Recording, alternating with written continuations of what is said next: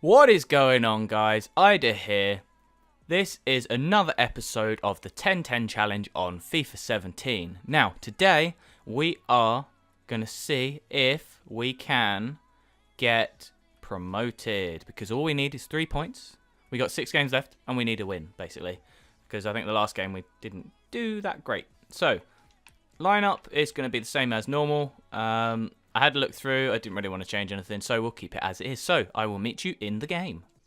Okay, as you can see, I am back on this screen, and you can see we've got 5 games remaining. I went into a game, and I pushed A couple of times and got through into the actual match, and it just went really, really choppy and so just laggy. I just thought I'd back out, and obviously it takes that, it takes the game away from you, but I'm not too bothered. We'll keep going. We'll see what we can do in the game. So what I'll do, I'll meet you in the game again. Alright, let's see what this guy has. Oh my god, that is an incredible Spanish team with a load of different colours. He's got silver, he's got obviously Rossi up top. I'm not really familiar with many other players. That Inigo Martinez and Geronimo Rulli. But the rest of them I'm not really familiar with. I don't really use that sort of Spanish team. It looks, with the colours, it looks incredible, but do we... Oh dear, that is a horrible team name. She's only 11. Oh dear, that's not great. And I've lost it straight away. There we... Oh, come on, that's not a foul. He's just stepped in and got the ball. Just because his guy fell over his leg. Oh, what a catch from Carnesis. I really hope the next lot of packs we open, we can get some great players to sort of mix in with Oblak in goal. Because I hope that we can get Oblak in this team next time round. Because he is a lot better than Carnesis. Even though he's saved us a couple of times in this series so far, I do feel that it's not the easiest of... the best of goalies we could have. The topic I wanted to talk about today, just because it's relevant for this week, that's got to be a free kick. No, I want the free kick. Actually, I'll keep the ball. Oh, come on. I thought that was my throw. I wanted it as my throw. Topic I wanted to talk about is Arsene Wenger, because of the situation with Arsenal on Monday. This week, it's Thursday now, but the last recording session I did was before that Monday game, and so I didn't get a chance to talk about it. But in that game, it was just shocking for a team such as Arsenal's, where they have a World Cup winner, well, 2 World Cup winners, because you've got Mustafi in there as well, with Ozil. You've got a manager that's pretty much won everything bar, the Champions League. European competitions, I guess, for Arsenal. But he seems to have lost everything at the club in terms of the playing staff and maybe some coaching staff. Because you look at his relationship with on the bench, like nobody seems to sort of challenge him or argue with him. And yes, that was my phone going off. But Steve Bould, supposedly the defensive coach or the assistant manager or whatever his job is, it doesn't seem like he really has a job. He's just sort of a yes man to Arsene Wenger. But whenever Arsene Wenger's sort of on the bench talking to him, all he seems to need to do, what a finish from Origi. All that Steve Bould does is just sits there and nods his head and goes yes to Wenger.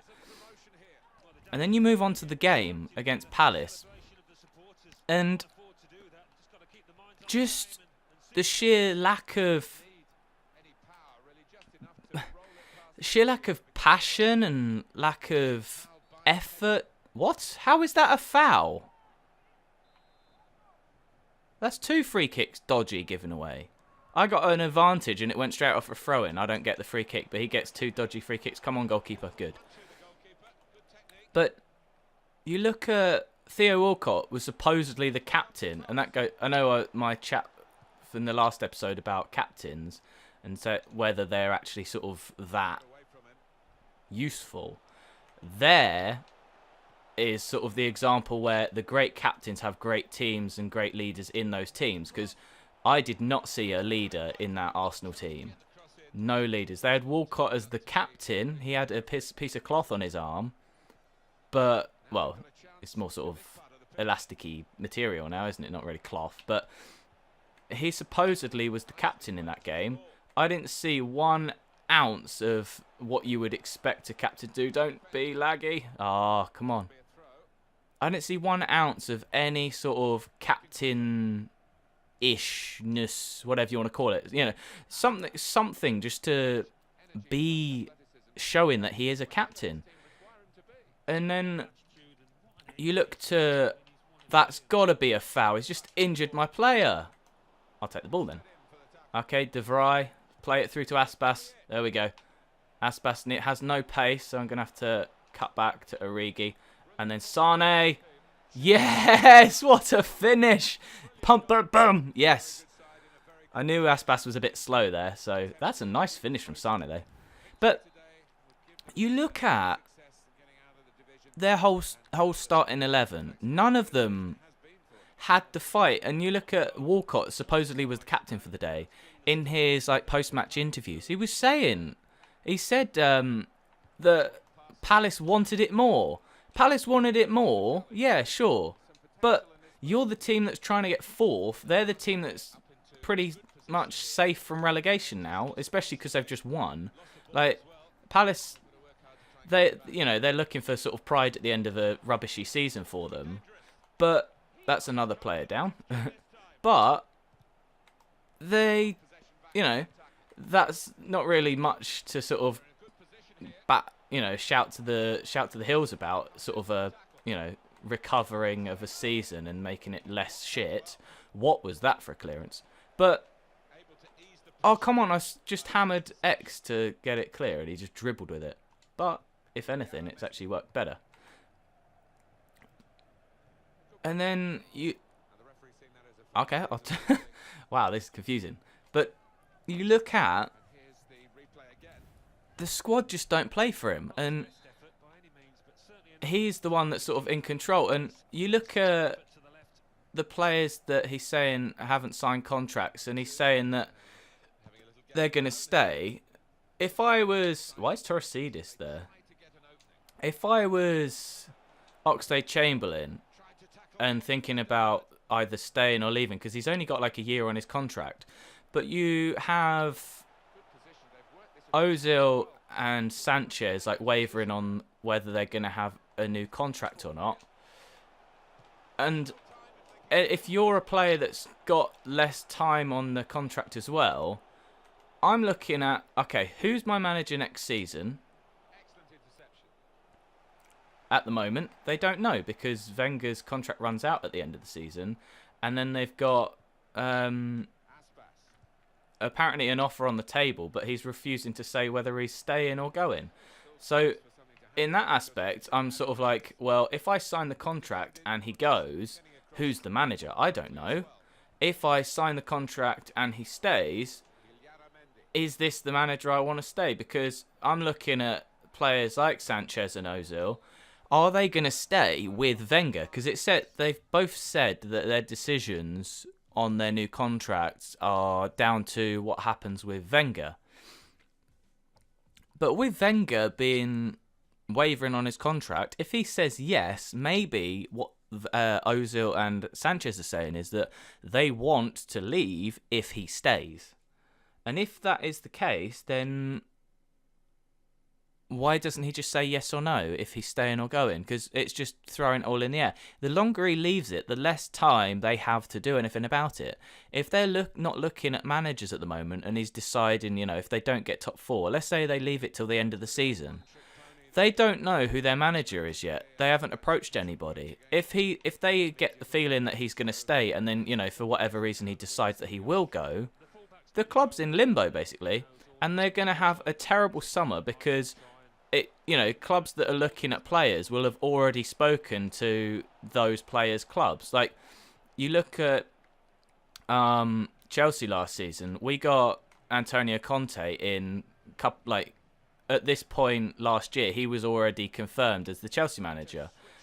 at least in talks, and I think it was confirmed. But you look at, oh come on, you look at when he took over as Chelsea manager. It was after the Euros, and they were sort of saying that the reason that Chelsea couldn't get the players that Conte wanted as well was because he wasn't at the club, sort of doing the day-to-day bits and pieces to make sure that some deals possibly could have gone through. And I didn't put enough power on that. And you look at the timing for Wenger. If he decides end of the season, you know, end of May, almost June, that he's going, if Arsenal haven't already got somebody, that's a goal. If they don't already have somebody in place, what the hell? He just slid. If they don't have somebody in place, then they can't look at potential signings, and they can't look at potential contracts for new players. And if the players like Sanchez and Ozil decide that they do want to leave, are they really going to bring a big name in during, you know, the late part of the sort of it's difficult to explain what I mean, but like it's the late part of the early part of the summer, as in they've got time to bring people in, but all the deals that you would think that people would want and the players that people would want to bring in have probably already happened. And while this guy's pausing it, I'm going to make some subs too. So if they do leave, and then say like Walcott and all these other players that have only got sort of a year left on their contract or so, are they really going to be waiting around for whoever's going to be the manager next? And I don't think they will. And it comes down to, again, it's the board and Wenger, and it's looking at, he's got Lamella on the pitch, but I'm going to keep it away from him. Okay, now, the ownership structure there is odd as well, because it's almost like Wenger is his own boss. And so that becomes a situation as well, where if he is almost like a board member, little jink, oh, come on, Aspas. Oh, he's nearly scored. Header again. Header. Oh. What's that? What? What was that for? His goalkeeper was just on the floor.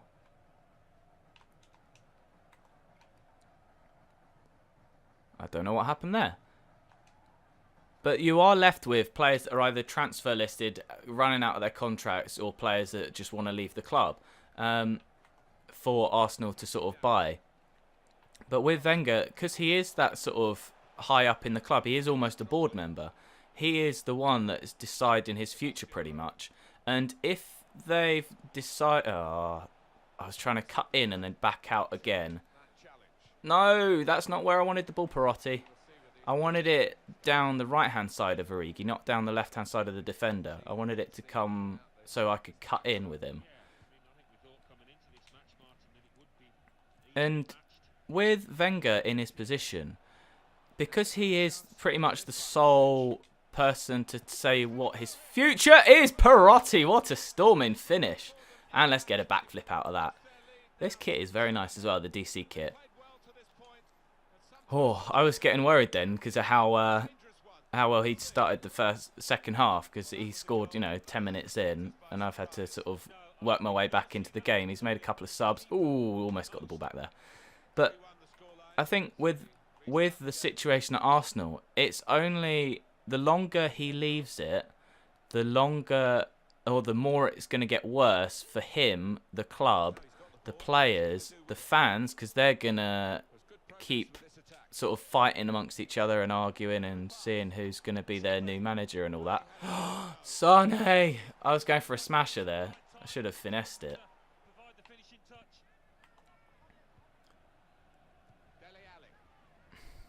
Should have scored there. Should have scored.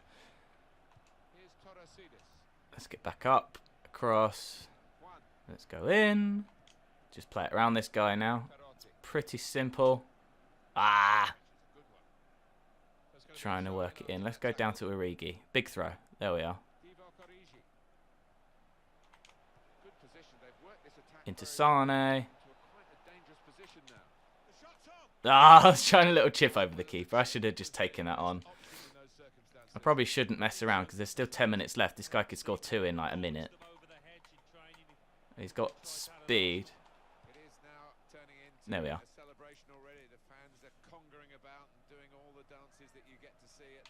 It feels like a situation where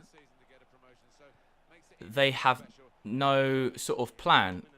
It feels like Arsenal have been left behind almost, because the Emirates was supposed to be their sort of beacon of being one of these teams that is like a Real Madrid or a Barcelona, because that's what they were saying, wasn't it? That when they get the new stadium, they're going to be... Oh, Daniel Sturridge celebration. Let's get it on. They said that Arsenal were going to be the club of, you know, the sort of big club of the future that nobody can touch. And it's turned into sort of a laughingstock. And I think the reason for that is they didn't look into a possibility of what happened with Chelsea and Man City and how other teams may sort of come out from nowhere and be better at what they're trying to do than what they are. For example, you look at how Arsenal are trying to be sort of self-sufficient and it's working, and they've got the most cash reserves in Europe apparently, according to the figures. But little dink from Origi, too high. Oh, they have the most cash reserves in Europe, but you look at how Chelsea run. Chelsea are basically self-sufficient. The only time where Chelsea, now anyway, because obviously when Abramovich took over, he spent a lot of money. But the only time Chelsea need help in sort of bringing players in from Abramovich's money is when it's a ridiculous fee. But that money can come back in because of the likes of selling De Bruyne and Lukaku and David Luiz for a lot more money than they were brought in for, which boosts the money. And Arsenal aren't doing that anymore, because when they left Highbury, they sold a lot of players. You know, like you had Nasri's and Henry left and yada yada yada. All these players left for a lot of money, but they didn't invest them into the players because they were paying off debt. But if they'd have taken a longer shot of paying off that debt instead of trying to do it as quick as possible, they would have probably been in a better situation because they'd have been able to spend more money on their squad. Now, I'm going to have to finish there because we did finish the game and I managed to pretty much speak for the whole game, which I didn't think I'd be able to do on this topic. I thought it would just be pretty much cut and dry, but it is so interesting and so difficult to sort of pinpoint certain things. Now, we definitely won that game. He started bringing his keeper out. I probably could have scored a few more because I didn't score one of those lobs at the end I was looking for. But that's fine. So 4-1, we are promoted, but can we get champions? Stay tuned for the next episode and find out. Thanks for watching. Peace.